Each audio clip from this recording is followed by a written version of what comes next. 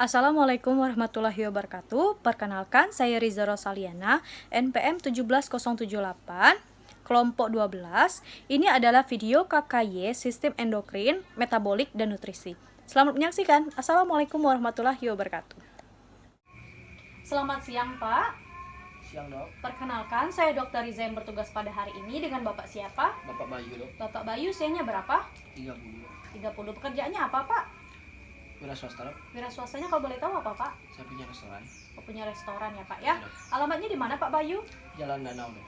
Statusnya sekarang sudah menikah atau belum menikah, Pak? Belum, Dok. Belum menikah. Apa keluhannya, Pak? Ada yang bisa saya bantu? BB saya meningkat dan kaki saya terasa sakit, Dok. Oh, berat badannya ya, Pak ya? Berat Iya. badannya meningkat ya, Pak? Sejak kapan, Pak? 2 bulan yang lalu, Dok. 2 bulan yang lalu. Kakinya sebelah mana, Pak? Kanan atau kiri? Kanan, Dok. Sebelah kanan ya, Pak ya? Sakitnya seperti apa, Pak? Apa seperti ditusuk-tusuk, seperti terbakar, atau seperti apa, Pak? Seperti terbakar, Dok. Seperti terbakar. Sakitnya terus-menerus atau hilang timbul, Pak? Hilang timbul, Dok. Hilang timbul. Sakitnya kalau dari 1 sampai 10 di angka berapa, Pak? 8, Dok. Angka 8 ya, Pak ya, sakitnya Iya. ya. Selain sakit yang Bapak rasakan seperti ini, Pak, ada keluhan lain, Pak? Ada, Dok. Saya jadi sering makan dan suka buang air kecil. Oh, jadi sering makan dan sering buang air kecil ya, Pak ya? Iya, Dok. Makannya berapa kali sehari, Pak? Bisa 3-4 kali sehari, Dok. 3 sampai 4 kali ya, Pak ya? Iya. Makannya apa aja, Pak, kalau boleh tahu? Kalau pagi saya sarapan nasi goreng pakai telur dan ayam, Dok. Dan kalau siang makan iga bakar, kadang ikan bakar gitu, Dok. Oh, jadi makannya Dan kalau sore jam-jam 5 biasanya makan mie instan pakai telur, pakai nasi. Kalau malam nasi goreng, kadang sate, Dok. Oh, jadi setiap Iya. pagi, siang, sore, malam Bapak makan terus ya, Pak ya? Iya, Dok. Apa Bapak sering haus, Pak? Iya, Dok. Kemana-mana saya selalu bawa air minum, Dok, karena haus. Oh, jadi kemana-mana Bapak selalu bawa air Iya. ya, Pak ya, di rumah. Kalau buang airnya, Pak, berapa kali sehari, Pak? Nggak kehitung, Dok. Seringlah. Oh, sering ya, Pak ya, berarti. Kalau tidur malam, apakah Bapak sering terbangun, Pak, untuk buang air? Iya, Dok. Oh iya ya, Pak ya. Apa Bapak merasa terganggu, Pak, dengan sering buang air kecil pada malam hari, Pak? Iya, Dok, karena saya tidur terus tiba-tiba mau buang air kecil kamar mandi gitu, Dok. Oh, jadi terganggu ya, Pak ya, Iya. karena sering terbangun malam. Sebelumnya apa Bapak pernah sakit seperti ini, Pak? Tidak, Dok. Tidak. Apa Bapak punya riwayat penyakit diabetes mellitus, tiroid, atau penyakit lainnya, Pak? Iya, Dok, ada DM, Dok. Oh, ada diabetes ya, Pak ya? Iya, Dok. Apa keluarga Bapak ada punya riwayat penyakit seperti yang Bapak rasakan, Pak? Kayaknya ada, Dok. Oh, ada ya, Pak ya. Apa keluarga Bapak seperti ibu, bapak, atau saudara lainnya merasakan hal yang sama, Pak? Ibu saya DM, Dok. Kalau ayah dan saudara saya tidak, Dok. Tapi kakek saya juga DM, Dok. Oh, berarti ibu dan kakek Bapak menderita diabetes ya, Pak ya? Iya, Dok. Apa Bapak pernah mengalami luka infeksi, Pak? Pernah, Dok, kaki saya luka, Dok. Oh, di kaki ya, Pak ya? Iya, Dok. Perkembangan penyakit infeksinya seperti apa, Pak? Lama sembuh gitu, Dok. Oh, lama sembuh ya kalau luka ya, Pak ya? Iya, Dok. Mohon maaf, Pak, riwayat sosial Bapak di rumah bagaimana, Pak? Saya di rumah jarang, Dok, karena saya lebih sering bantu di restoran saya. Di rumah biasanya malam, jadi jarang bertetangga gitu, Dok. Oh, jarang bertetangga ya, Iya. Pak ya, karena pulangnya larut malam. Iya, Dok. Apa Bapak sering bergerak, Pak, atau olahraga? Tidak, Dok. Oh, tidak ya, Pak ya? Apa Bapak sering lelah atau kehilangan minat, Pak? Iya, Dok, saya sering capek, Dok. Oh, sering capek ya, Pak ya, sering lelah kan? Apa Bapak minum alkohol, Pak? Tidak, Dok. Apa Bapak merokok, Pak? Saya merokok, Dok. Ya. Baik, Pak, untuk mengetahui penyebab dan diagnosis penyakit Bapak, Ya. saya memerlukan pemeriksaan fisik dan tes glukosa darah. Apa Bapak bersedia untuk saya periksa? Bersedia, Dok. Baik, Pak, sebelum melakukan pemeriksaan, Bapak silakan mempersiapkan diri. Saya permisi cuci tangan ya, Pak ya. Ya. Sebelum melakukan pemeriksaan, hendaknya mencuci tangan 6 langkah menurut WHO. 1, 2, 3, 4, 5, 6. Setelah selesai mencuci tangan, kita menggunakan hand spoon.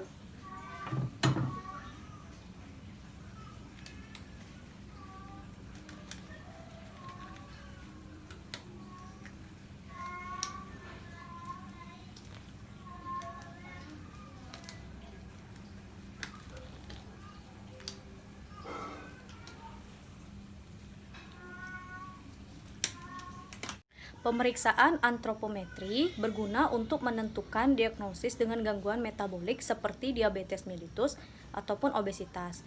Pada pemeriksaan ini bertujuan untuk mengetahui status gizi dari pasien. Pada pemeriksaan antropometri terdiri dari tinggi badan, berat badan, lingkar lengan atas, dan lingkar parut. Pada pemeriksaan tinggi badan dan berat badan berguna untuk mengetahui indeks massa tubuh, di mana interpretasinya kecil dari 18,5 artinya berat badan kurang, 18,5 sampai 24,9 artinya normal, 25 sampai 29,9 artinya berat badan lebih, 30 sampai 39,9 artinya obesitas. Yang kedua, pemeriksaan lingkar lengan atas berguna untuk mengetahui status gizi yang biasanya digunakan pada pasien malnutrisi, yang biasanya diukur pada tangan yang kurang aktif, misalnya tangan kiri. Pada pemeriksaan lingkar perut berguna untuk menentukan sindrom metabolik, yaitu obesitas. Pertama, pengukuran berat badan. Di sini, sebelum melakukan penimbangan berat badan, kita pastikan bahwa alatnya, timbangan, telah dikalibrasi. Kemudian, pastikan bahwa garis merah ini berada di angka 0. Kemudian, sebelum melakukan penimbangan berat badan, mintalah pasien untuk membuka sepatu, jam tangan, ataupun topi, jaket jika dipakai. Kemudian minta pasien untuk menaiki timbangan. Silakan.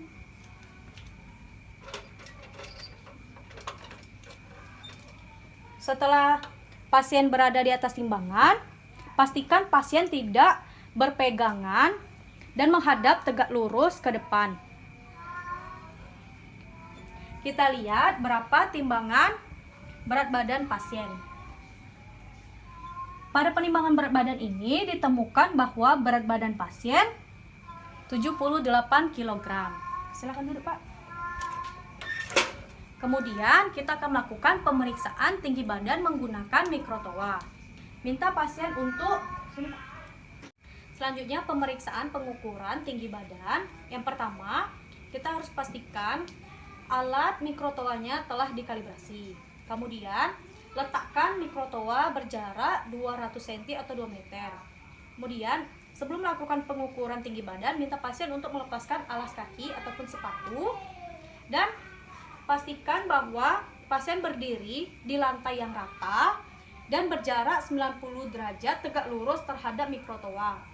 Kemudian, kita juga minta pasien untuk menempelkan tumit, panggulnya, dan bahu, kepala di dinding. Lalu kita ukur, minta pasien untuk menghadap ke depan. Kita ukur menggunakan mikrotoa.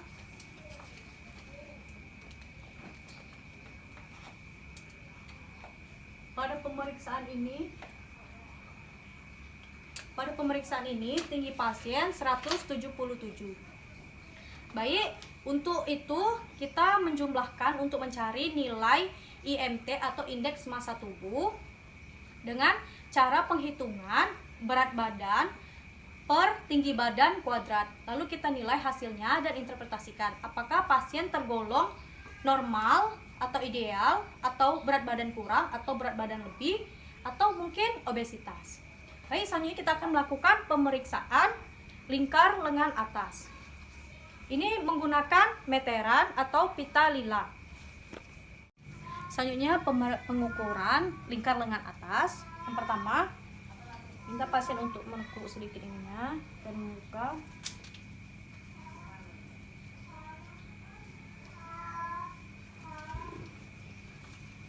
Kemudian untuk menentukan titik tengah pengukuran, kita perlu mengukur untuk mencari titik tengah pasien.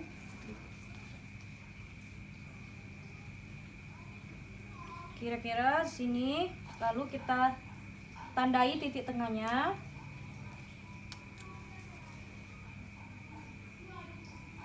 Kemudian kita lingkarkan.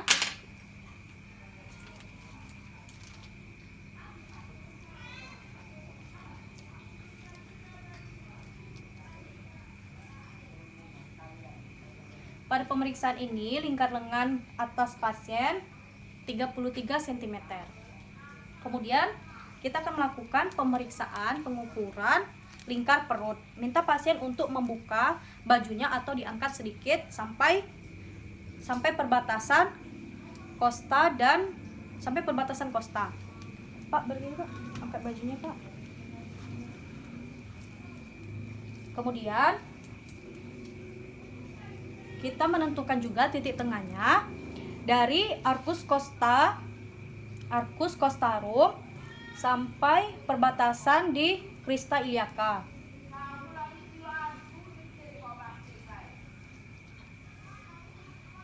Kita ukur.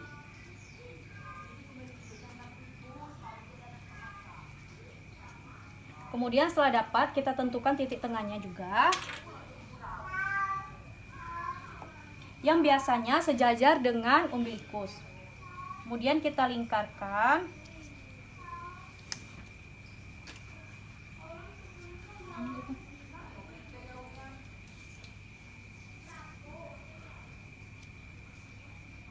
Pada pemeriksaan ini untuk mengetahui apakah terdapat obesitas.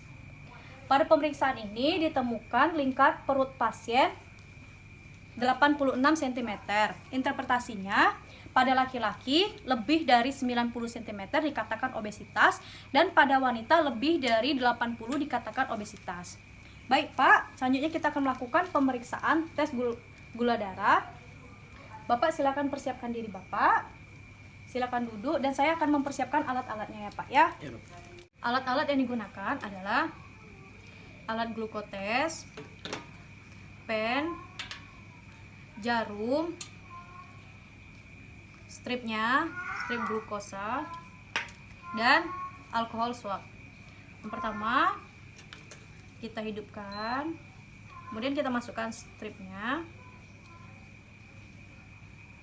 glukos, kemudian jarumnya sudah terpasang. Di sini saya menggunakan kedalaman 4.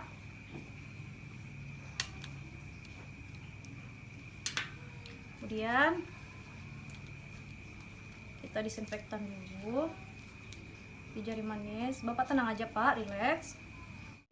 Sebelumnya kita lakukan disinfektan secara melingkar dari dalam keluar. Kemudian kita tusuk menggunakan pen. Sebelumnya kita pijit-pijit dulu agar darahnya mudah keluar.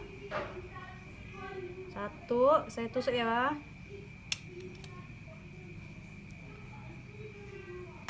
Kemudian kita masukkan darahnya.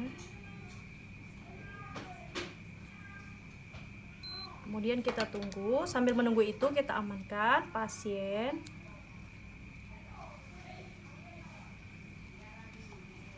Kemudian kita tunggu. Pada pemeriksaan ini glukosa pasien 79. Baik, terima kasih. Bapak silakan ke ruang tunggu. Saya permisi cuci tangan ya Pak dan merapikan alat-alat. Terima kasih Pak.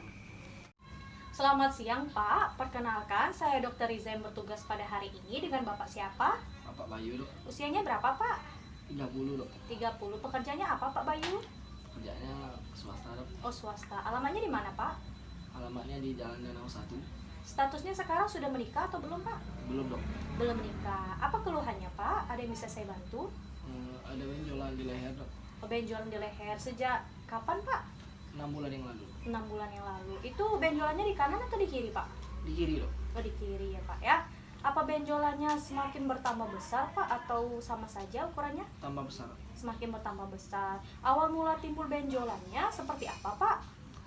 Mula-mula sebesar telur burung puyuh itu dok. Sekarang bagaimana Pak? Sekarang makin besar dok. Jadi kalau dilihat dari depan tuh nampak. Oh, semakin besar ya Pak ya berarti ya. Apa terasa sakit Pak di benjolannya? Tidak dok. Tidak. Apa terasa panas Pak di benjolannya? Tidak dok. Tidak juga.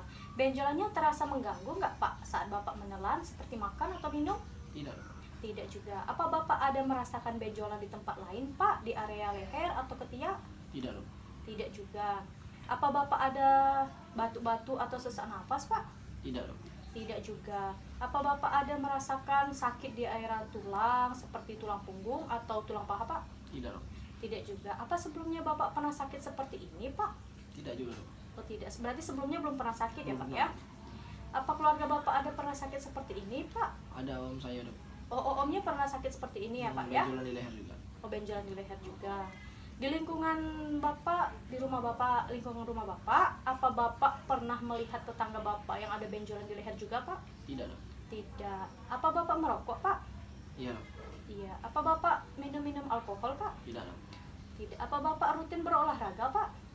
Rutin dok, seminggu 3 kali. Oh, 3 kali seminggu ya, Pak, ya olahraganya. Kalau boleh tahu olahraga apa, Pak? Bela diri dan sering jogging juga dok. Oh, berarti bela diri dan jogging. Bapak juga sering jogging ya, Pak, ya? Iya dok. Baik Pak, di sini saya akan melakukan pemeriksaan fisik di daerah leher Bapak. Mungkin Bapak merasa kurang nyaman, apa Bapak bersedia untuk saya periksa, Pak? Bersedia dok. Bersedia ya, Pak, ya. Baik, Bapak silakan bersiap-siap ke ruang pemeriksaan. Saya permisi cuci tangan dulu ya, Pak. Kita akan melakukan pemeriksaan tiroid. Yang pertama, berdiri di belakang pasien dan mintalah pasien untuk duduk. Yang kedua, palpasi secara ringkas kelenjar tiroid di bawah kartilago krikoid dengan menggunakan 3 jari kanan dan kiri. Kemudian, mintalah pasien untuk menelan ludah dan rasakan getaran atau gerakan ismus tiroid. Coba lakukan gerakan menelan, Pak. Pada pemeriksaan ini teraba adanya gerakan menelan. Kemudian, raba sisi kanan dan kiri trakea dari depan ke belakang. Lalu, rasakan apakah terdapat benjolan atau tidak. Dan mintalah pasien untuk menelan. Menelan, Pak. Kemudian, palpasi lobus utama dan pada tepi lateral. Ulangi untuk lobus yang berlawanan. Selanjutnya, gunakan 2 jari untuk menggerakkan trakea dengan lembut pada satu sisi dan minta pasien untuk menelan. Lalu lakukan pada sisi sebelahnya. Lakukan gerakan menelan, Pak. Pada sisi sebelahnya. Jika teraba massa atau teraba benjolan, lalu nilai bentuknya apakah simetris sama kiri dan kanan atau tidak. Kemudian nilai ukurannya, permukaannya apakah rata atau berbenjol-benjol. Kemudian kita juga nilai konsistensinya, apakah lunak, apakah keras. Selanjutnya kita akan melakukan auskultasi menggunakan stetoskop. Ini stetoskopnya ya, Pak. Iya dok. Pemeriksaan auskultasi untuk menentukan adanya bunyi bruit dan nilai apakah terdapat nyeri tekan.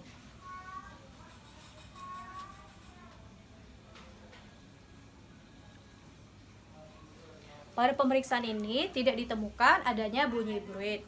Apakah terdapat nyeri tekan, Pak? Tidak dok.